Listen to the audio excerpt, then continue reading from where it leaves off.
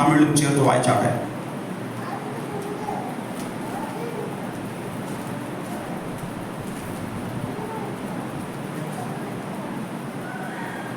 தமிழ் படிங்க.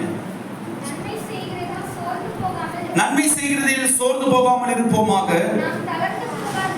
நாம் தளர்ந்து போகாமல் இருந்தால் ஏற்ற காலத்தில் அறுப்போம். நாம் தளர்ந்து போகாதிருந்தால் ஏற்ற காலத்தில் அறுப்போம். ஆமென். மலையாளத்தில் வாய்ക്കാം.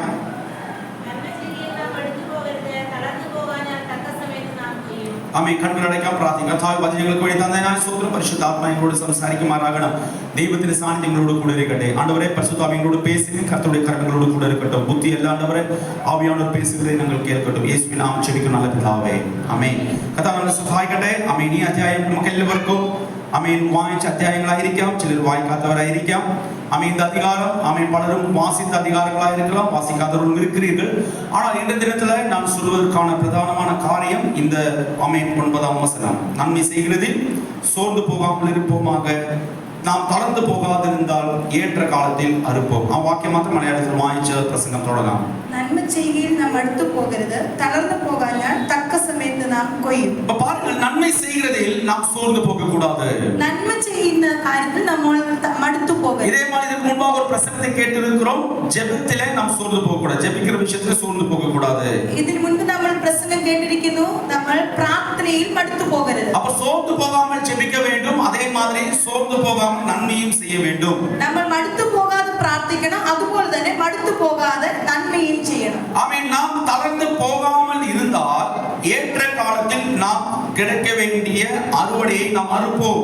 നമ്മൾ തളർന്നു പോകാതിരുന്നാൽ തക്ക സമയത്ത് നാം കൊയ്യും. அப்ப பாருங்கள், ஆமென், தேவனுக்கு ஏற்ற கிரியைகளை செய்யும் பொழுது அந்த அறுவடை தேவன் நமக்காக வைத்திருக்கிறார். നമ്മൾ ദൈവത്തിന് വേണ്ട പ്രവൃത്തികളെ ചെയ്യുമ്പോൾ ആ കറക്റ്റ് സമയത്ത് നമുക്ക് കൊയ്യുവാനിടയായി തീരും. ஆமென். எத்தனை பேருக்கு கரங்களை வைத்து அதை பறைவான் കഴിയുന്നുണ്ട്? எத்தனை பேர் கரங்களை வைத்து தேவனுக்கு சோதனை சொல்ல முடியும்? ஹalleluya. அப்ப நீங்கள் சோர்ந்து போகாமல் நன்மை செய்கிறவர்களாக இந்த காலங்களில் இருக்க வேண்டும். നമ്മൾ മടുത്തു പോകാതെ നന്മ ചെയ്യുന്നവരായി ഈ കാലങ്ങളിൽ നമ്മളായി. எல்லாரும் நன்மை செய்கிறவர்கள் தான். ஆனால் இன்று முதல் நீங்கள் ஒரு காரியத்தை எழுதி வைக்க வேண்டும். நான் சோர்ந்து போகாமல் நன்மைகளை செய்ய போகிறேன். നിങ്ങൾ എല്ലാവരും നന്മ ചെയ്യുന്നവരാണ്. ഇന്നു മുതൽ നിങ്ങളുടെ ജീവിതത്തിൽ എഴുതി വെക്കണം, ഞങ്ങൾ മടുത്തു പോകാതെ നന്മ ചെയ്യുമെന്നുള്ളത്. ஆமென். ஏன் அது வசனம் சொல்கிறது என்றால், நன்மை செய்கிற ஒரு அனுபவம் ஆமென் நமக்கு நித்திய ஜீவனை வரை கொடுக்கிறதா இருக்கிறது. എന്തുകൊണ്ടാണ് വചനം അങ്ങനെ പറയുന്നത്? നന്മ ചെയ്യുന്നത് നമുക്ക് നിത്യജീവനെ വരെ കൊടുക്കുവാനിടയായി. அப்ப 8ஆம் வசனம் வாசிக்கும் பொழுது, நாம் தான் மாம்சத்திற்கென்று விதைக்கிறவன் மாம்சத்தினாலே அழிவை அறுப்பான், ആവിക്കെன்று വിതയ്ക്കുന്നവൻ ആവിയിനാൽ നിത്യജീവനെ അറുപ്പാൻ. അതുകൊണ്ടാണ് 8ആം വചനം ഇപ്രകാരം പറയുന്നു, ജഡത്തിൽ വിതയ്ക്കുന്നവൻ ജഡത്തിൽ നിന്ന് നാശം കൊയ്യും, ആത്മാവിൽ വിതയ്ക്കുന്നവൻ ആത്മാവിൽ നിന്ന് നിത്യജീവനെ കൊയ്യും. ആമേൻ. അതേ மாதிரி ரோமருடைய புத்தகத்திலே கடந்து வரும்பொழுது, ரோமருடைய புத்தகம் கடந்து வரலாம். ஆமென். அதனுடைய 2ஆம் அதிகாரம் 7ஆம் வசனம் வாசிக்கலாம். ரோமர் എഴുതിയ പുസ്തകം 2ആം അധ്യായം 7ആം വാക്യം. നല്ല പ്രവൃത്തിക്ക് വേണ്ടുന്ന സ്ഥിരത കൊണ്ട് തേജസ്സും മാനവും അക്ഷയതയും അന്വേഷിക്കുന്നവർക്ക് നിത്യജീവനും, ശാഠ്യം കൊണ്ട് സത്യം അനുസരിക്കാതെ അനീതി അനുസരിക്കുന്നവർക്ക് കോപവും ക്രോധവും കൊടുക്കും. ஆமென். சோர்ந்து போகாமல் கிரியைகளை செய்து மகிமையும் கனத்தையும் அழியாமையும் தேடுகிறவர்களுக்கு நித்திய ஜீவனை அளிப்பார். നല്ല പ്രവൃത്തിക്ക് വേണ്ട സ്ഥിരത കൊണ്ട് തേജസ്സും മാനവും അക്ഷയതയും അന്വേഷിക്കുന്നവർക്ക് നിത്യജീവനും. அப்ப சோர்ந்து போகாமல் சில நற்கிரியைகளை நாம் செய்யும் பொழுது ஆமென் நமக்கு வேண்டிய ஆமென் தேவன் கொடுக்கிற நித்திய ஜீவனை கொடுக்கிறவராய் இருக்கிறார். നമ്മൾ മടുത്തു പോകാതെ നല്ല പ്രവൃത്തി ചെയ്യുമ്പോൾ ദൈവം നമുക്ക് ആ പ്രവൃത്തിക്ക് വേണ്ട നിത്യജീവനെ കൊടുക്കുവാനിടയായി. மகிமையும் கனத்தையும் அழியாமையும் தேடுகிறவர்களுக்கு நித்திய ஜீவனை அளிப்பார். നമ്മൾ തേജസ്സും മാനവും അക്ഷയതയും അന്വേഷിക്കുന്നവർക്ക് നിത്യജീവൻ കിട്ടും. அப்போ நற்கிரியைகளை செய்ய வேண்டும், மகிமையை தேடுகிறவர்களாயும் கடந்து போக வேண்டும். നമ്മൾ നല്ല പ്രവൃത്തിയും ചെയ്യണം, അതുപോലെ തേജസ്സും അന്വേഷിക്കുന്നവരായിരിക്കും. ஆமென். மகிமை மட்டும் பெற்றுக்கொண்டே இருக்கிறோம். ஆனால் பெற்றுக்கொண்டிருக்கிற நீங்கள் நன்மை செய்கிறதில் மிகவும் உற்சாகமுள்ளவர்களாய் இருக்க வேண்டும். നമ്മൾ ആ തേജസ് പ്രാപിച്ചുകൊണ്ടിരിക്കുന്നവര് നന്മ ചെയ്യുന്ന കാര്യത്തിൽ നമ്മൾ ഉത്സാഹമുള്ളവരായിരിക്കും. ஆமென். அப்பொழுது இது பவுலிடத்தில் கேட்டால், பவுலை எழுதுவதற்கான காரணம் என்ன? പൗലോസിനെ നമ്മൾ ചോദിക്കുമ്പോൾ പൗലോസ് ഇത് എഴുതുവാനുള്ള കാരണം എന്താണ്? ஆமென். இந்த அப்போஸ்தலனுடைய ஆமென் காலங்களிலே பார்க்கும்போது அப்போஸ்தலரை கேட்டால், அப்போஸ்தலர்களே நீங்கள் நன்மை செய்வதற்கான காரணம் என்ன? നമ്മൾ ഈ അപ്പോസ്തലന്മാരോട് ചോദിക്കുമ്പോൾ നിങ്ങൾ നന്മ புஸ்தகம் 10ஆம் அதிகாரம் 38ஆம் வசனம் இவ்வாறாக வாசிக்கிறோம். அப்போஸ்தலருடைய நடவடிக்கைகள் புஸ்தகம் அப்போஸ்தலர் பிரவர்த்தி 10ஆம் அத்தியாயம் 38ஆம் வாக்கியம் இருக்கிறது. நசரேயனாகிய இயேசுவை தேவன் பரிசுத்த ஆவியானாலும் வல்லமையினாலும் அபிஷேகம் பண்ணினார். தேவன் அவரோடு கூட இருந்தபடியினால் அவர் நன்மை செய்கிறவராயும் பிசாசின் வல்லமையில் அகப்பட்ட யாவரையும் குணமாக்குகிறவராயும் சுற்றித் திரிந்தார். അതുകൊണ്ടാണ് അപ്പോസ്തല പ്രവൃത്തി 10ആം അധ്യായം 38ആം വാക്യം, നസറേയനായ യേശുവിനെ ദൈവം പരിശുദ്ധാത്മാവിനാലും ശക്തിയാലും അഭിഷേകം ചെയ്തതും ദൈവം അവനോട് കൂടെ ഇരുന്നതുകൊണ്ട് അവൻ നന്മ ചെയ്തും പിശാച് ബാധിച്ചവരെയൊക്കെ സൗഖ്യമാക്കിയും കൊണ്ട് സഞ്ചരിച്ചതുമായ വിവരം നിങ്ങൾ അറിയുന്നവർ. ஆமென். எத்தனை பேர் ஆமென் சொல்ல முடியும்? இயேசு கிறிஸ்து பரிசுத்த ஆவியாலும் வல்லமையிலும் நிறைந்த பொழுது அவர் முதலாவதாக செய்த காரியம் அவர் நன்மை செய்கிறவராய் இருந்தார். യേശു ക്രിസ്തു പരിശുദ്ധാത്മാവിനാൽ നിറഞ്ഞ് ഇരുന്നപ്പോൾ ഫസ്റ്റ് ആയിട്ട് ചെയ്ത കാര്യം നന്മ ചെയ്യുന്ന ആളായിരുന്നു. அப்ப நீங்கள் பரிசுத்த ஆவியானவரை பெற்றுக் கொண்டிருக்கிற நீங்கள் கிரியைகளாய் எப்படி வெளிப்படுகிறது என்றால் நீங்கள் நன்மை செய்கிறவர்களாய் கடந்து வரும்பொழுது கிரியையாய் வெளிப்படுகிறது. നമ്മൾ പരിശുദ്ധാത്മാവിനെ പ്രാപിച്ച് നമ്മൾ എങ്ങനെ അത് വെളിപ്പെടുത്തുന്നത്? നമ്മൾ അത് നമ്മുടെ പ്രവൃത്തിയിൽ കാണിക്കുമ്പോഴാണ് അത് വെളിപ്പെട്ട് വരുന്നത്. ஆமென். எத்தனை பேர் இங்க சொல்ல முடியும், மனசாட்சி தொட்டு சொல்ல முடியும், பரிசுத்தாவின் அபிஷேகத்தை பெற்றுக் கொண்டிருக்கிறேன், சபையில் வருகிறேன், ஆனால் கர்த்தர் எனக்கு நியமித்திருக்கிற பல நன்மைகளை நான் செய்து கொண்டிருக்கிறேனா என்ற கேள்விக்குறியில நீங்களே கேட்டுக்கொள்ளுங்கள்.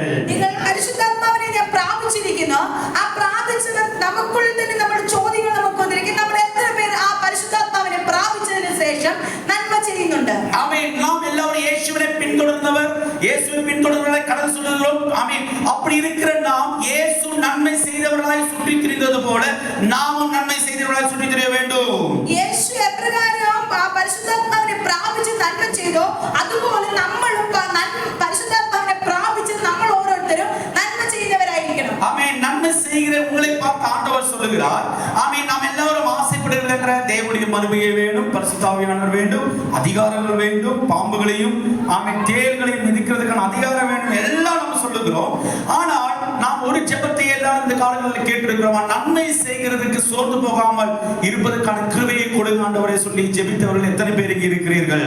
നമ്മൾ പരിശുദ്ധാത്മാവിനെ പ്രാപിച്ചതിന് ശേഷം നമ്മളെല്ലാം പ്രാർത്ഥിക്കുന്ന ഒരു വിഷയമാണ്, എനിക്ക് അഭിഷേകം വേണം, എനിക്ക് അധികാരം വേണം, പലവിധമായ കൃപാവരങ്ങൾ വേണം. എന്നാൽ നമ്മൾ ഇനിമേൽ നമ്മൾ ദൈവത്തോട് എത്ര പേർ പ്രാർത്ഥിച്ചിട്ടുണ്ട്, എനിക്ക് മടുത്തു പോകാതെ നന്മ ചെയ്യുവാൻ എന്നെ സഹായിക്കണമേ എന്ന്. அப்போ இன்று ஒரு டிரான்ஸ்ஃபார்மேஷனிലേക്ക് தேவன் சபையை கொண்டு செல்ல போகிறார். ஆமென். என்னவென்றால் நன்மை செய்வதில் நாங்கள் சோர்ந்து போக மாட்டோம். இனி ദൈവം നമ്മുടെ സഭയെ ഒരു മാറ്റത്തിലേക്ക് കൊണ്ടുവരാൻ നന്മ ചെയ്ത് ഞങ്ങൾ ഇനി മടുത്തു പോകത്തില്ല. ஆமென். பரிசுத்த ஆவியானவருடைய பலத்தை பெற்றுக்கொண்டிருக்கிற நீங்கள் நன்மை செய்வதில் சோர்ந்து போக கூடாது. പരിശുദ്ധാത്മാവ് ശക്തി പ്രാപിച്ച് നമ്മൾ നന്മ ചെയ്ത് തളർന്നു പോകരുത്. ഈ നന്മ ചെയ്യുന്ന അനുഭവങ്ങൾ എங்கிருந்து പുറപ്പെടുகிறது என்றால் முதலாவது சபையிலிருந்து தான் புறப்படுகிறது. ഈ നന്മ ചെയ്യുവാനുള്ള ആ കാര്യങ്ങൾ എവിടെ നിന്ന് പുറപ്പെടുന്നു വെച്ചാൽ ആ സഭയിൽ നിന്നാണ് പുറപ്പെടുന്നത്. ஆனா பவுல் சொல்லுகிறார், ஆமென், நீங்கள் சபையில் இருக்கிறவர்களுக்கு நீங்கள் செய்ய வேண்டும், உதவி செய்கிறவர்களாய் இருக்க வேண்டும். അതുകൊണ്ടാണ് പൗലോസ് ഇപ്രകാരം പറയുന്നത്, സഭയിലുള്ളവർക്ക് വേണ്ടി നിങ്ങൾ സഹായം ചെയ്യുന്നവരായിരിക്കണം. ஆமென். அதுதான் அந்த அதிகாரத்திலே நாம் வாசிக்கும்போது 6ஆம் அதிகாரத்திலே ஆமென் நீங்கள் அந்த அதிகாரத்தை வாசிக்கும்போது 2ஆம் வசனம் வாசிக்கும்போது 6ஆம் அதிகாரம் 2ஆம் வசனம் வாசிக்கும்போது ஒருவர் பாரத்தை ஒருவர் சுமந்து இப்படியே கிறிஸ்துவினுடைய பிரமாணத்தை நிறைவேற்றுங்கள். അതുകൊണ്ട് 6ആം അധ്യായം 2ആം വാക്യം പ്രകാരം പറയും, ഗലാത്യർ 6ആം അധ്യായം 2ആം വാക്യം, തമ്മിൽ തമ്മിൽ ഭാരങ്ങളെ ചുമപ്പിൻ, ഇങ്ങനെ ക്രിസ്തുവിന്റെ ന്യായപ്രമാണം നിവർത്തിപ്പിൻ. அதே மாதிரி 10ஆம் வசனம் வராக சொல்கிறது, ஆகையால் நமக்கு கிடைக்கும் சமயத்திற்கு தக்கதாக யாவருக்கும் விசேஷமாக விசுவாச குடும்பங்களுக்கும் நன்மை செய்ய கடவோம். അതുകൊണ്ട് 6ആം വാക്യം 6ആം അധ്യായം 10ആം വാക്യം, ആകയാൽ അവസരം കിട്ടും പോലെ നാം എല്ലാവർക്കും വിശേഷാൽ സഹവിശ്വാസികൾക്കും നന്മ ചെയ്യുക. அப்ப எல்லாருக்கும் என்று பவுல் தொடங்கி அடுத்தது சொல்கிறார், முக்கியமாக நீங்கள் எங்கிருந்து தொடங்க வேண்டும் என்றால் ஆமென் விசேஷமாக விசுவாச குடும்பத்தார்களுக்கும் நன்மை செய்ய கடவோம். പൗലോസ് നന്മ ചെയ്യുവാൻ പറഞ്ഞിട്ട് ഇപ്രകാരം പറയുന്നു, വിശേഷാൽ സഹവിശ്വാസികൾക്കും നന്മ ചെയ്യുക. ஆமென். சகல விசுவாசிகளுக்கும் பக்கத்தில் இருக்கிற கைகளை கொடுத்து சொல்லுங்க, ஆமென், நாங்கள் உனக்கு நன்மை செய்வதற்கு காத்திருக்கிறேன். അടുത്തിരിക്കുന്നവർക്ക് കൈ കൊടുത്ത് പറയുക, ഞങ്ങൾ നിങ്ങൾക്ക് നന്മ ചെയ്യുവാൻ തയ്യാറായിരിക്കുന്നു. ஆமென். கை கொடுத்தால் மாத்திரம் போதா, செய்தவராயிருக்கணும். கை கொடுத்தால் மட்டும் போதாது, நீங்கள் செய்கிறவர்களா இருக்க வேண்டும். അതുകൊണ്ട് പക്കത്തിലെ പേർ ഇല്ലെന്ന് சொல்லிட்டு யாரும் கஷ்டப்பட வேண்டாம். ஆமென். നിങ്ങൾ എഴുതി നിന്നാലും അടുത്ത് ചെന്നാലും കരങ്ങൾ എടുത്ത് പറയുക, ഞാൻ നിങ്ങൾക്ക് വേണ്ടി നന്മ ചെയ്യും. പോകുന്നില്ല. சந்தோஷம் வருന്നില്ല. சந்தோஷம் கிடைக்க மாட்டேங்கிறது. ஆமென், ஹல்லேலூயா. அப்போ பாருங்கள், விசுவாச குடும்பங்களுக்கு நீங்கள் என்ன செய்ய வேண்டும் என்றால் நன்மை செய்ய வேண்டும். நீங்கள் விசுவாசிகளுக்கு நீங்கள் நன்மை செய்யணும். அப்ப ஆதியம் சீஷர்களுக்கு தேவன் செய்ய வேண்டிய காரியங்களை செய்து கொண்டே இருந்தார். ആദ്യമായിട്ട് യേശു ക്രിസ്തു ശിഷ്യന്മാർക്ക് ചെയ്യേണ്ട കാര്യങ്ങളെല്ലാം ചെയ്തു കൊടുത്തു. 3.5 വർഷക്കാലം ഗോൾഡൻ പീരീഡ് ആയിരുന്നു ശിഷ്യന്മാർക്ക്. യേശു ക്രിസ്തുവിനോട് കൂടി ഇരുന്ന 3.5 വർഷം ശിഷ്യന്മാർക്ക് ഗോൾഡൻ പീരീഡ് ആയിരുന്നു. ഒരു തങ്ക നാட்களாயிருந்தது. ഒരു സ്വർണ്ണ നാളായിരുന്നു. സുവർണ കാലഘട്ടമായിരുന്നു. ஆமென். நல்ல ஒரு காலகட்டங்களில் போய் கொண்டிருந்த சீஷர்கள் 3.5 வருஷம் உபவாசிக்கவில்லை. இயேசு சொல்கிறார், ஆமென் ஆமென், அவருடைய கூட நான் இருக்கும்போது அவர்கள் ஏன் உபவாசிக்க வேண்டும்? യേശു ക്രിസ്തുവിനോട് കൂടി ഇരുന്ന 3.5 വർഷം ശിഷ്യന്മാർ ഉപവസിച്ചില്ല. അന്നേരം യേശു ക്രിസ്തു പറയുന്നത്, മണവാളൻ കൂടെ ഉള്ളപ്പോൾ തോഴന്മാർ എന്തിനു ഉപവസിക്കണം? മണവാളൻ കൂടെ இருக்கும்போது தோழர்கள் ஏன் உபவாசிக்க வேண்டும்? മണവാളൻ കൂടെ ഉള്ളപ്പോൾ തോഴന്മാർ ഉപവസിക്ക വേണ്ടെന്ന് പറഞ്ഞു. ஆமென். அப்படி சொல்லி இந்த 3.5 வருஷ காலம் அவர்களுக்கு தேவையான எல்லா காரியங்களும் இயேசு செய்து கொண்டே இருந்தார். 3.5 വർഷക്കാലം യേശു ക്രിസ്തു അവരോട് കൂടെ തന്നെ അവർക്ക് വേണ്ട എല്ലാ കാര്യങ്ങളും ചെയ്തു കൊടുത്തു. ஆமென். அப்படி ஆமென் அனுபவித்த பேதுரு தன் நிருபத்திலே எழுதுகிறார். 1 பேதுரு 2ஆம் அதிகாரம் 15ஆம் வசனத்திலே, நீங்கள் நன்மை செய்கிறதுனாலே புத்தியீன மனுஷனுடைய அறியாமையை அடக்குவது தேவனுடைய சித்தமாய் இருக்கிறது. അതുകൊണ്ടാണ് പത്രോസ് 2 അധ്യായം 15ആം വാക്യപ്രകാരം പറയുന്നത്, നിങ്ങൾ നന്മ ചെയ്തുകൊണ്ട് ബുദ്ധിയില്ലാത്ത മനുഷ്യന്റെ ബോധം മിണ്ടാതാക്കണം എന്നുള്ളത് ദൈവേഷ്ടമാകുന്നു. അപ്പോൾ பாருங்கள், நீங்கள் நன்மை செய்யும் பொழுது என்ன நடக்கிறது என்றால், புத்தியீனமான மனுஷனுடைய அறியாமையை நீங்கள் என்ன செய்கிறீர்கள்? சொல்லுங்க. 1 பேதுரு 1 Peter 2 verse chapter 2 verses 15. ஆமென். நீங்கள் நன்மை செய்கிறதுனாலே புத்தியீன மனுஷனுடைய அறியாமையை நீங்கள் என்ன செய்கிறீர்கள்? அடக்குவது தேவனுடைய சித்தமாய் இருக்கிறது. നിങ്ങൾ നന്മ ചെയ്യുമ്പോൾ ബുദ്ധിയില്ലാത്ത മനുഷ്യരുടെ ബോധം മിണ്ടാതാക്കണം എന്നുള്ളത് ദൈവേഷ്ടമാകുന്നു. അപ്പോൾ നിങ്ങൾ നന്മ ചെയ്യുவது கர்த்தருடைய சித்தமாய் இருக்கிறது. നിങ്ങൾ നന്മ ചെയ്യണം എന്നുള്ളത് ദൈവത്തിന്റെ ഇഷ്ടമായിരിക്കും. இப்போது பக்கத்துல கரங்களை கொண்டு சொல்லுங்க, நான் உன்னை கண்டு இனி பொறாமைப்பட மாட்டேன். അടുത്തിരിക്കുന്നവർക്ക് കൈ കൊടുത്ത് പറയുക, ഞാൻ നിന്നെ കണ്ടിട്ട് ഇനി അസൂയപ്പെടത്തില്ല. മുഖം നോക്കി പറഞ്ഞാട്ടെ, മുഖത്തെ നോക്കി சொல்லுங்க. അപ്പോഴാ യഥാർത്ഥമായി ഐ ടു ഐ മാച്ചിങ് വരുമ്പോഴാണ് യഥാർത്ഥമായി അത് വെളിപ്പെടുന്നത്.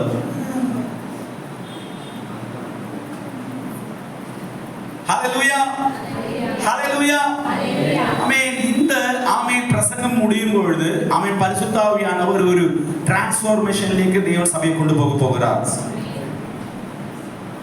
ഈ മെസ്സേജ് കഴിയുമ്പോൾ ദൈവം നമ്മുടെ സഭയെ അടുത്തൊരു മാറ്റത്തിലേക്ക് കൊണ്ടുപോകും. என்ன மாற்றம்? இதுவரை நன்மை செய்கிறவராய் இருக்கிறோம், ஆனால் இன்றைக்கு அப்புறம் நன்மை செய்ய சோர்ந்து போகாமல் நம்ம இருக்க போகிறோம். നമ്മൾ ഇതുവരെ നന്മ ചെയ്യുന്നവരായിരുന്നു, എന്നാൽ ഇനി നന്മ ചെയ്യുന്നത് മടുത്തു പോകാത്തവരായിരിക്കാൻ പോകും. ஆமென். அப்படி நாம் ஏன் இருக்க போகிறோம் என்றால், நாம் சோர்ந்து போகாமல் இருந்தால் அவன் ஏற்ற காலத்தில் அறுக்க வேண்டிய அறுவடையை நீங்கள் தான் அறுக்க போகிறீர்கள். നമ്മൾ അങ്ങനെ നന്മ ചെയ്ത് മടുത്തു പോകാതിരുന്നാൽ നമ്മൾ തക്ക സമയമാകുമ്പോൾ നമുക്ക് കൊയ്യുവാനിടയായി. ஆமென். அதற்கு ஆமென் அதிகாரியும் நீங்கள் தான்.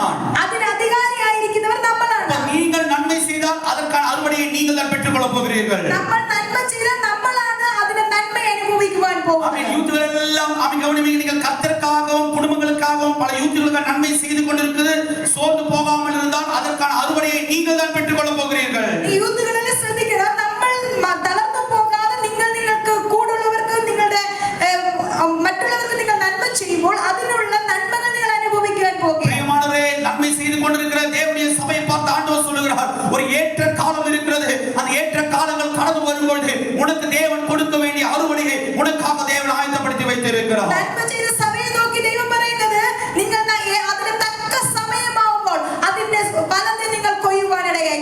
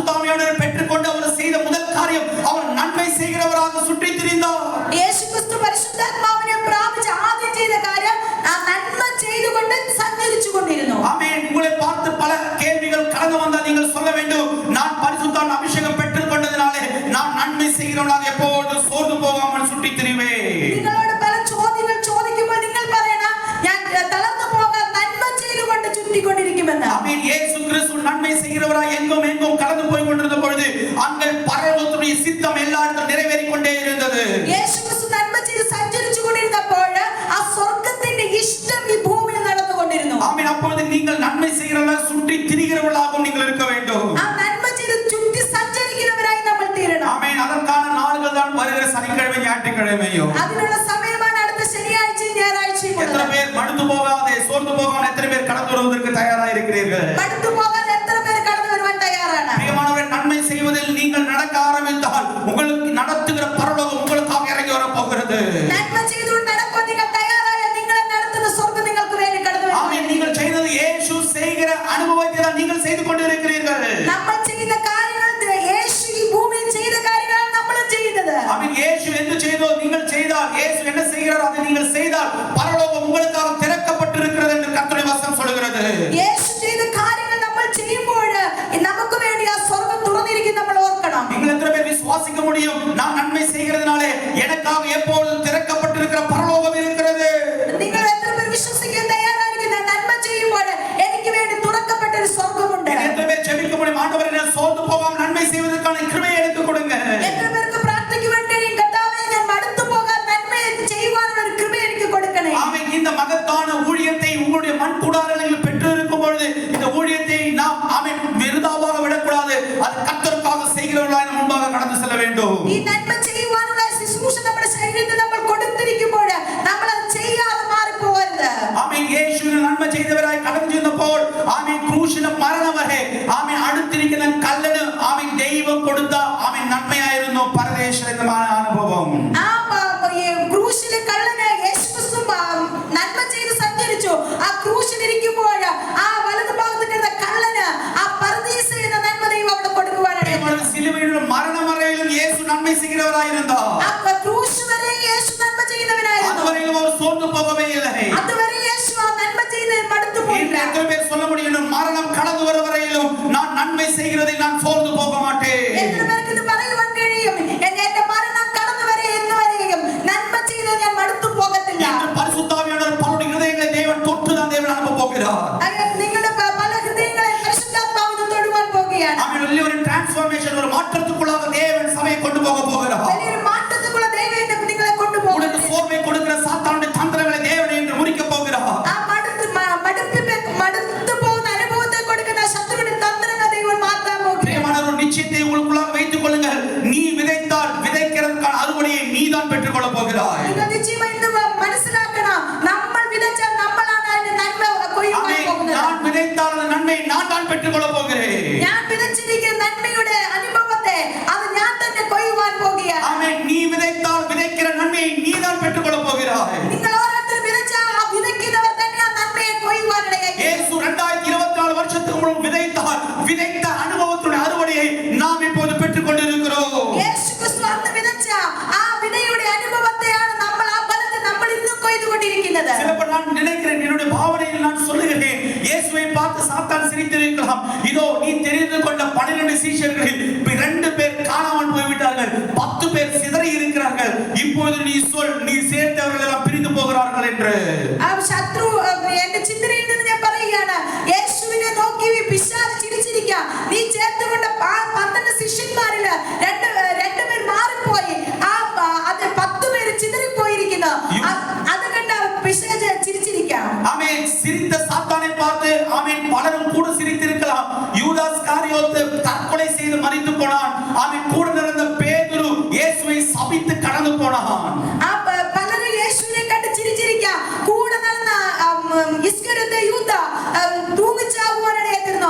പത്രോസ് യേശുവിനെ ശപിച്ച് യേശുവിനെ തള്ളി പറയുവാനിടയായിരുന്നു. ஆனால் நான் சொல்லுகிறேன் பிரியமானவர்களே, இயேசுவின் சிலுவை மரணத்துக்கு முன்பாக சிதறி போனவர்கள் போனாலும் ஆமென் கர்த்தர் செய்கிற நன்மையை சிலுவையிலும் தேவன் செய்து கொண்டிருந்தார். യേശു തിരഞ്ഞെടുത്ത ശിഷ്യന്മാർ മാറിപ്പോയാലും യേശു ക്രൂശ് വരെയും യേശു ചെയ്യേണ്ട എല്ലാ നന്മയും ചെയ്യുവാൻ ஆமென். ஒரு சிலுவையில் மரித்த ஆமென் ஆமென் மரிக்க போகிற ஒரு மனுஷன் ரட்சிப்புக்கான கர்த்தருடைய பாதத்தை கேட்ட பொழுது அவனையும் தேவன் தம்முடைய சீஷனாக தெரிந்து கொண்டார். ക്രൂശിൽ കിടന്നുകൊണ്ട് ആ കള്ളനായിരിക്കുന്നവൻ യേശു ക്രിസ്തുവിനോട് ആ രക്ഷയുടെ അനുഭവത്തിൽ പറയുമ്പോൾ അവന് പർദീസ കൊടുക്കുവാനിടയായിത്തീർന്നു. ஆமென். இப்பொழுது நான் விசுவாசிக்கிறேன், அவனும் ஒரு சீஷனாய் மாறிவிட்டான்.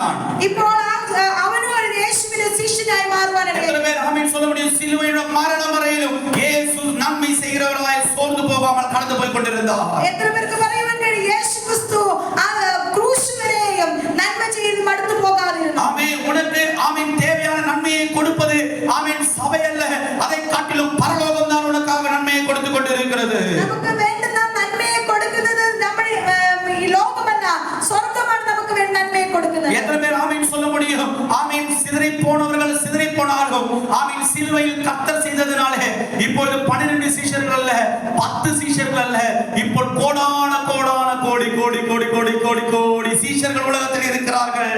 ഇപ്പോൾ യേശു ക്രിസ്തുവിന്റെ കൂടെ വരുന്ന 2 ശിഷ്യന്മാർ മാറി ആ സമയം മാറിപ്പോയാൽ ഇന്ന് ഭൂമിയിൽ നോക്കുമ്പോൾ കോടിക്കണക്കിനാണ് ശിഷ്യന്മാർ യേശുവിന് വേണ്ടി இப்போ உயிர்த்தெழுந்திருக்கிற இயேசு சாத்தானை பற்றி சொல்லுவார், சாத்தானே கீழே பா.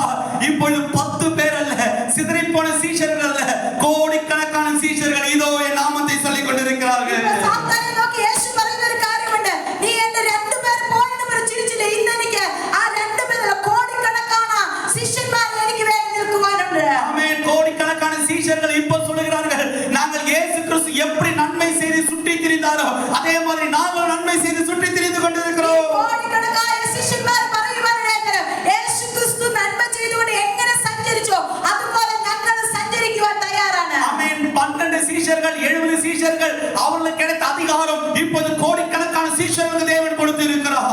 12 പേർ ശിഷ്യന്മാരുടെ മേൽ 70 ശിഷ്യന്മാരുടെ മേൽ പകർന്ന അധികാരമൊക്കെ ഇപ്പോ കോടിക്കണക്കായ ശിഷ്യന്മാരൊക്കെ ചെയ്തുകൊണ്ടിരിക്കുന്നു. அந்த கோடிகளில் ஒன்றுதான் நானும் நீங்களும். ആ കോടികൾ ഒന്നാണ് നമ്മൾ ഓരോരുത്തരും. விசுவாசிக்கிற கரங்களை அடித்து தேவனை துதிக்க முடியுமா? பிரியപ്പെട്ടவரே, ஆமென். நீங்கள் நன்மை செய்து சோர்ந்து போகாமல் இருந்தால் இயேசு செய்திருக்கிற அந்த சிலுவையினுடைய காரியமறையிலும் செய்வதற்கு செய்விப்பதற்கு கர்த்தர் உண்மையுள்ளவராக இருக்கிறார். നമ്മൾ നന്മ ചെയ്ത് തളർന്നു പോകാതിരുന്ന യേശു ക്രിസ്തു ക്രൂശ് വരേക്ക് ആ നന്മ ചെയ്തതുപോലെ നമ്മളെ കൊണ്ട് ദൈവം ചെയ്യിക്കുവാൻ ശക്തനാണ്. அதுதான் பேதுரு சொல்றார், நீங்கள் நன்மை செய்கிறதுனாலே புத்தியீன மனுஷனுடைய அறியாமையை அடக்குவது தேவனுடைய சித்தமாய் இருக்கிறது. അതുകൊണ്ടാണ് പത്രോസ് ഇപ്രകാരം പറയുന്നത്, നിങ്ങൾ നന്മ ചെയ്തുകൊണ്ട് ബുദ്ധിയില്ലാത്ത മനുഷ്യനെ പോഷത്വം ഇല്ലാതാക്കണം എന്നുള്ളത് ദൈവേഷ്ടമാകുന്നു. இப்பொழுது பரலோகத்தில் சாத்தானை பார்த்து ஆமென் ஒரு கேள்வி ஸ்டேட்மெண்ட் வருகிறது, ஏ புத்தியீனமான சாத்தானே நீ தோற்று போனாய். ഇപ്പോൾ സ്വർഗ്ഗത്തിൽ ആമേൻ ഒരു വാക്ക് സെന്റൻസ് നടന്നുകൊണ്ടിരിക്കുന്നു, ഏ ബുദ്ധിഹീനനായ സാത്താനെ ഇപ്പോൾ നീ കാണുക, നീ തോറ്റുപോയി. ഹല്ലേലൂയ. എത്ര പേർ ആമേൻ சொல்ல முடியும்? ஹalleluya. இப்பொழுது சாத்தான் தலை வணங்கி ஆமென் தலை குனிந்து நிற்கிற சாத்தானாய் மாறிவிட்டான்.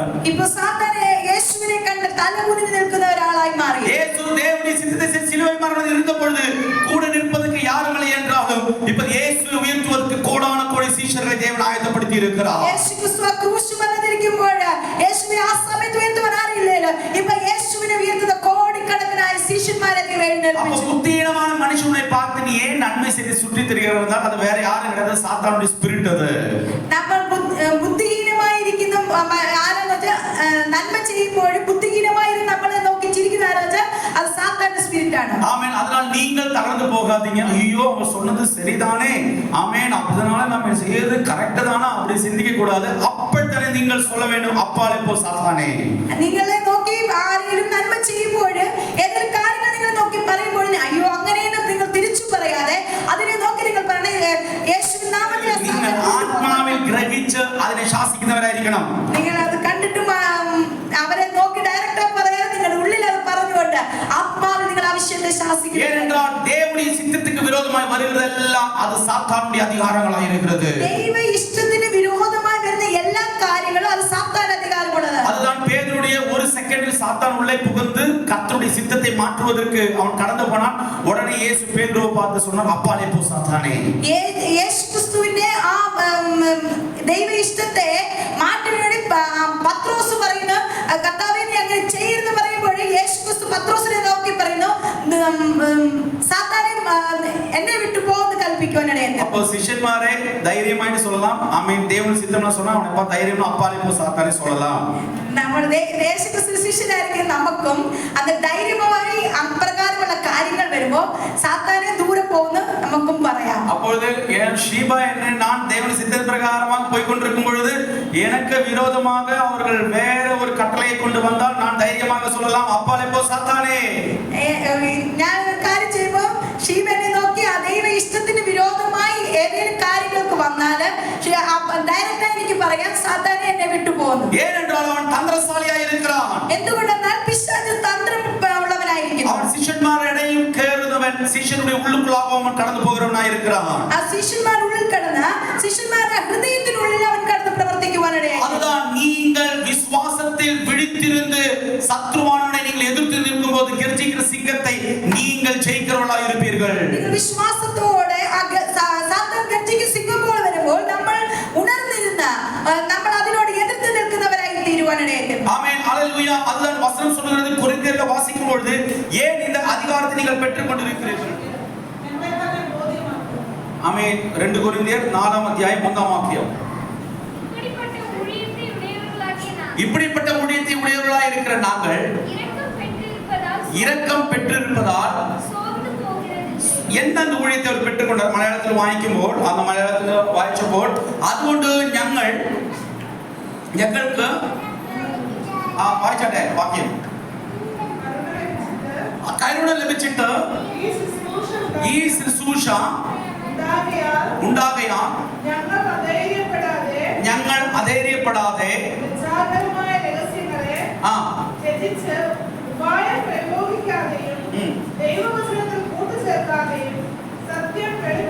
മതി മതി. ആ വാക്യം, ആ ഫസ്റ്റ് വാക്യം വായിക്കുമ്പോൾ ഇത് എന്താ ഈ ശുശ്രൂഷ ഇവർ പ്രാപിച്ചിരിക്കുന്നത്?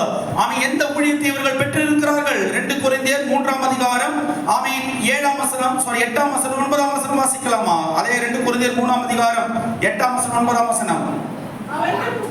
അവന്റെ മുഖത്ത് നോക്കി കൂടാതെ തേജസ്സുള്ളതായെങ്കിൽ ആത്മാവിന്റെ ശുശ്രൂഷ അധികം തേജസ്സുള്ളതാകില്ല. അപ്പോൾ നോക്കുക, ആമേൻ. മോശയുടെ മുഖത്ത് കാണുവാൻ കഴിയാത്തവണ്ണം മഹത്വമല്ല നിങ്ങളുടെ മേൽ കടന്നു വന്നിരിക്കുന്ന മഹത്വം, നിങ്ങൾ പ്രാപിച്ചിരിക്കുന്ന ശുശ്രൂഷ, നിങ്ങൾ പ്രാപിച്ചിരിക്കുന്ന ശുശ്രൂഷ ആത്മാവിന്റെ ശുശ്രൂഷയാണ്. എത്ര പേർ ആമേൻ പറയാൻ കഴിയുന്നുണ്ട്? ഹല്ലേലൂയ. நீங்கள் பெற்றுக்கொண்டிருக்கிற ஊழியம் என்ன ஊழியம் என்றால் ஆமென் அழிந்து போகிற மகிமையின் ஊழியம் அல்ல. ஆமென் அழியாமையில் இருக்கிற ஆவிக்குரிய ஊழியத்தை தான் நீங்கள் நான் பெற்று இருக்கிறோம். அதே ஆமென் சொல்ல முடியும். ஆமென். மோசே அழிகிற மகிமையுடைய ஊழியத்தை பெற்று இருக்கும் பொழுது ஆமென் இயேசு கிறிஸ்து விசுவாசிக்கிற நானும் நீங்களும் அழியாமையுள்ள தேவ ஆவியானவரால் உண்டாயிருக்கிற ஊழியத்தை நாம் நம்முடைய மண்கூடாரங்களில் அந்த மகிமையை பெற்று இருக்கிறோம். அப்ப இந்த ஊழியத்தை பெற்றுக் கொண்டிருக்கிற நானும் நீங்களும், ഈ ശുശ്രൂഷയെ പ്രാപിച്ചിരിക്കുന്ന ഞാനും നിങ്ങളും ആമേൻ കർത്താവ് വചനം വ്യക്തമായി പറയുന്നു, ആമേൻ നാം മടുത്തു പോകുകയില്ല. അപ്പൊ ആ ഉണർവോട് നിങ്ങൾ നടക്കുന്നവരായിരിക്കും വേണം. ആ അനുഭവത്തോട് നിങ്ങൾ എന്ത് ചെയ്യണം? നടക്കുന്നവരായിരിക്കണം. ഇനി എത്ര പേർ പറയാൻ കഴിയുന്നുണ്ട്? ഞാൻ പ്രാപിച്ച മഹത്വം മോശ പ്രാപിച്ചതുപോലല്ല, ഞാൻ പ്രാപിച്ചിരിക്കുന്ന ശുശ്രൂഷ മോശ പ്രാപിച്ചതുപോലല്ല, ഞാൻ പ്രാപിച്ചിരിക്കുന്ന ശുശ്രൂഷ ആത്മാവിന്റെ ശുശ്രൂഷയാണ്. ஹல்லேலூயா.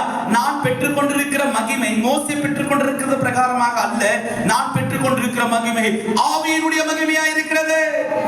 அவன் தேவ ஆவியானவர் எனக்காய் கொடுத்திருக்கிற மகிமையின் ஊழியத்தை இந்த 2 கொரிந்தியர் 4ஆம் அதிகாரம் 1ஆம் வசனம் சொல்லுகிற போது ஆமென் என்ன சொல்லுகிறது இந்த வசனம்? இப்படிப்பட்ட ஊழியத்தை உடையவர்களாய் நாங்கள் இரக்கம் பெற்றிருப்பதால் நாங்கள் சோர்ந்து போகிறதில்லை. നമ്മൾ എല്ലാവരും എന്താ പ്രാപിച്ചിരിക്കുന്നത്? കരുണ ലഭിച്ചിരിക്കുന്നു. ആത്മാവിനെ പ്രാപിച്ചിരിക്കുന്ന ഞാൻ നിങ്ങളും ആമേൻ സ്വർഗ്ഗത്തിൽ നിന്ന് വലിയൊരു കരുണയെ നമ്മൾ എല്ലാവരും പ്രാപിച്ചിരിക്കുന്നു. ഈ ശുശ്രൂഷ ഞാൻ നിങ്ങളും ചുമന്നുകൊണ്ടിരിക്കുന്നത്. ഇന്ന് എത്ര പേർ പറയുവാൻ കഴിയുന്നുണ്ട്? ഈ ശുശ്രൂഷ പ്രാപിച്ചിട്ട് ഞാൻ നിങ്ങളും പറയണം, ആമേൻ ഞങ്ങൾ മടുത്തു പോകുകയില്ല, நாங்கள் சோர்ந்து போக மாட்டோம். ஏனென்றால் என்னுடைய சுயத்தினால் வருகிற மகிமை அல்ல, அது பரலோகத்திலிருந்து எனக்காக கொடுக்கப்பட்டிருக்கிற மகிமை. என்னுடைய சுய பலத்தால் கடந்து வந்திருக்கிற ശുശ്രൂഷ அல்ல, இது சொர்க்கத்தில் வேண்டி எனக்கு வேண்டி தந்திருக்கிற ശുശ്രൂഷയാ. ആമേൻ. എപ്പോൾ യേശുക്രിസ്തു പരിശുദ്ധാത്മാവിന്റെ ശക്തിയാലും ബലത്താലും നിറഞ്ഞോ അന്ന് മുതൽ കർത്താവ് നന്മ ചെയ്യുന്നവനായി ചുറ്റിത്തിരിയുന്നവനായിരുന്നു.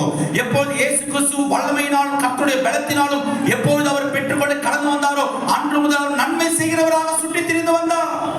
ஆமென் ஆமென். அப்படிப்பட்ட ஆமென் ஒரு അനുഭവങ്ങൾക്കുള്ള എത്ര പേർ കടന്നു വരാൻ വിരുപ്പപ്പെടുகிறீர்கள்? പ്രിയപ്പെട്ടവരെ, ചിന്തിച്ചുകൊണ്ടിരിക്കുമ്പോൾ ഹൃദയത്തിൽ ഒരു കാര്യം പറഞ്ഞിട്ട് ഞാൻ ഇരിക്കുവാൻ ആഗ്രഹിക്കുന്നു. ആമേൻ. പഴയ നിയമത്തിൽ കടന്നു പോകുമ്പോൾ, പഴയ ഏർപ്പാടുകളെ കടന്നു പോകുമ്പോൾ യോസേഫിനെ കുറിച്ച് എല്ലാവർക്കും അറിയാം. യോസേഫെ കുറിച്ച് தெரியாதவர்கள் யாரும் இருக்கிறீங்களா?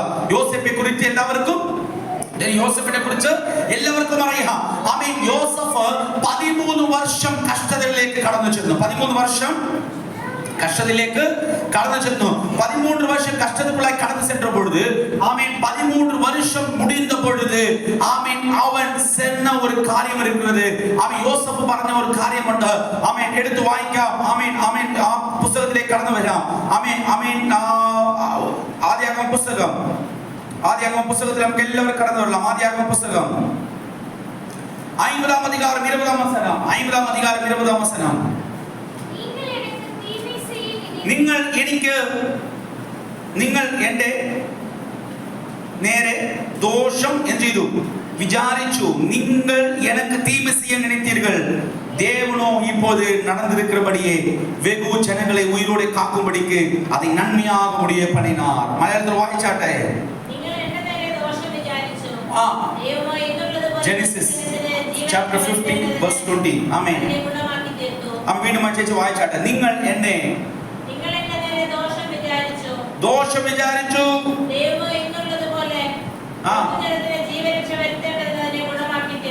ആമേൻ. അപ്പോൾ ആമേൻ സഹോദരന്മാർ മുൻപിൽ യോസേഫ് പറയുക, നിങ്ങൾ എനിക്ക് എന്ത് ചെയ്തു? ദോഷം വിചാരിച്ചു. ദോഷം വിചാരിച്ച് 37-ാം അധ്യായം ഉൽപ്പത്തി 37-ാം അധ്യായത്തിൽ വരുമ്പോൾ ആമേൻ കർത്താവ് കാണിച്ച സ്വപ്നങ്ങളെ, നന്മയുടെ സ്വപ്നങ്ങളെ ആമേൻ യോസേഫ് പറഞ്ഞപ്പോൾ യോസേഫിന് വിരോധമായ ഒരു കൂട്ടം കൂടി. 37-ാം അധികാരം ആദിയാഗമ 37-ാം അധികാരം கடந்து வரும்பொழுது யோசேப்பு கண்ட சொப்பனத்துக்கு பதிலாக என்ன நடக்கிறது என்றால் அவருக்கு எதிராக சகோதரர்கள் எழுந்திருக்கிறார்கள். அவர் சொன்ன காரியம் என்ன தெரியுமா? நீங்கள் என்னை நீ என்ன செய்ய போகிற, ஆள போகிறாயா அப்படின்னு சொல்லி யோசேப்பை அடிமையாக நடத்தினார்கள். ஹல்லேலூயா. அடிமையாக நடத்தின பொழுது ஆமென் பிரியப்பட்டவரே 37-ാം അധ്യായത്തിൽ നിന്ന് 50-ാം അധ്യായത്തിലേക്ക് കടന്നു വന്നപ്പോൾ ഓൾമോസ്റ്റ് 13 അധ്യായം കടന്നു വന്നപ്പോൾ യോസേഫിന്റെ ജീവിതം 13 വർഷത്തിലേക്ക് കടന്നു ചെന്നു. ആമേൻ. എത്ര പേർ പറയാൻ കഴിയുന്നുണ്ട്? ആമേൻ. 13 വർഷങ്ങൾ 13 അധ്യായങ്ങൾ മാറുമ്പോൾ ഒരു പുതിയ ഒരു അധ്യായത്തെ യോസേഫിന് വേണ്ടി സ്വർഗ്ഗം തുറന്നു. പ്രിയപ്പെട്ടവരെ ആമേൻ. ഏത് സഹോദരന്മാർ ആമേൻ മുൻപിൽ ചെന്ന് യോസേഫിന് വിരോധമായി സംസാരിച്ചോ, ഇപ്പോൾ യോസേഫിന് മുൻപിൽ വന്ന് സഹോദരന്മാർ പറയുന്നു, ഞങ്ങൾ നിങ്ങളുടെ അടിമകളെന്ന് തലവണങ്ങി നിൽക്കുന്ന കാലങ്ങൾ കടന്നു വന്നു. ആമേൻ. ഇത് കേൾക്കുന്ന പ്രിയജനമേ, കർത്താവിന്റെ വചനത്തോട് ഞാൻ പറയട്ടെ, നിങ്ങൾ നന്മ ചെയ്തതിൽ ആമേൻ നിങ്ങൾ ആമേൻ മടുത്തു പോകാതിരുന്നാൽ വർഷങ്ങൾ കഴിയുമ്പോൾ ആമേൻ എതിർത്തവരെല്ലാവരും നിന്റെ മുൻപിൽ അടിമകളായി കടന്നു വരുമെന്ന് കർത്താവ് വ്യക്തമായി സഭയോട് ആലോചന പറയുന്നു. ഹല്ലേലൂയ. 37-ാം അധികാരത്തിലെ யோசேப்பினுடைய வாழ்க்கையில் வரும்போது சகோதரர்கள் எல்லாரும் கண்ட சொப்பனத்துக்கு எதிராய் நின்றார்கள். நான் உனக்கு என்ன செய்ய வேண்டும்? அடிமையா இருக்க வேண்டுமா? மேட்டிமையான உள்ளத்தோடு வந்த சகோதரருக்கு ஆமென் தேவன் கொடுத்த பதில் 50-வது அதிகாரத்திலே கடந்து வந்தது. என்ன கடந்து வந்தது? ஆமென். அங்க வாசித்தோம் 50-ஆம் அதிகாரத்திலே ஆமென் வாசிக்கிறோம். ஆமென் 50-ஆம் அதிகாரத்திலே வாசித்து வசனம் பாருங்க சொல்லுகிறது. ஆமென். கர்த்தருடைய வசனம் சொல்லுகிறது. ஆமென். நீங்கள் எனக்கு என்ன செய்தீர்கள்? தின்மை செய்தீர்கள். ஆமென். அதனுடைய 18-ஆம் வசனம் வாசிக்கலாமா? 18-ஆம் வசனம். பின்பு அவனுடைய சகோதரர் 18-ஆம் வாக்கியம் வாയിച്ചാട്ടെ. അവന്റെ സഹോദരന്മാർ ചെന്ന് അവന്റെ മുമ്പാകെ വീണു. ഇതാ ഞങ്ങൾ നിനക്ക് അടിമകൾ എന്ന് പറഞ്ഞു. മതി. 37-ാം അധ്യായം ആദിയാഗമ 37-ാം അധ്യായം 37-ന്റെ 8-ാം വാക്യം ഒന്ന് വായിച്ചാട്ടെ. 8-ാം വാക്യം ഒന്ന് വായിച്ചാട്ടെ. അവന്റെ സഹോദരന്മാർ അവനോട്, നീ ഞങ്ങളുടെ രാജാവാകുമോ? നീ എന്റെ മേൽ രാജാവാകുമോ? നീ ഞങ്ങളെ വാഴുമോ എന്ന് ചോദിച്ച് അവൻ എന്ത് ചെയ്തു? പകച്ചു. ഇല്ലേ? ലാസ്റ്റ് വായിക്കും ഈ വാക്കുകൾ നിമിത്തം ആമേൻ യോസേഫിനെ എന്ത് ചെയ്തു? അവര് അദ്ദേഹം ஆமென் ஆமென். வசனம் சொல்லுகிறது, நீங்கள் என்மேல் துரைத்தனம் பண்ணுவாயோ, நீ எங்களை ஆள போகிறாயோ என்று சொல்லி அவனை சொப்பனங்கள் நிமித்தம் அவன் வார்த்தைகள் நிமித்தம் இன்னும் அதிகமாக என்ன செய்தார்கள்? யாரை பகைத்தார்கள்? யோசேப்பை பகைத்தார்கள். பிரியமானவர்களே, 37-ஆம் அதிகாரம் பகையினுடைய அதிகாரம் என்றால் 50-ஆம் அதிகாரம் கடந்து வந்தபோது அது பகையினுடைய அதிகாரம் அல்ல, ஆமென் கர்த்தருடைய கரம் வெளிப்பட்ட அதிகாரமாக இருக்கிறது. ഹല്ലേലൂയ. എത്ര പേര് ആമേൻ പറയാൻ കഴിയുന്നുണ്ട്? ആമേൻ. ആ 13 അധികാരം കടന്നു പോണ പൊഴുത് യോസേഫിന്റെ வாழ்க்கைയിലെ 13 വർഷങ്ങൾ കടന്നു പോണത്. 13-ാമത്തെ വർഷം കഴിഞ്ഞപ്പോൾ കർത്താവിന്റെ കരം യോസേഫിന് വേണ്ടി വെളിപ്പെട്ടു. ആമേൻ. ഇപ്പോൾ യോസേഫ് പറയുക, നിങ്ങൾ എനിക്ക് വിരോധം എന്ത് ചെയ്തു? ദോഷം പറഞ്ഞേ, ദോഷം വിധിച്ചു. പക്ഷേ ഇപ്പോൾ അത് എല്ലാ ജനത്തിനും എന്തായിരിക്കുന്നത്? മഹാ നന്മയായിരിക്കുന്നു.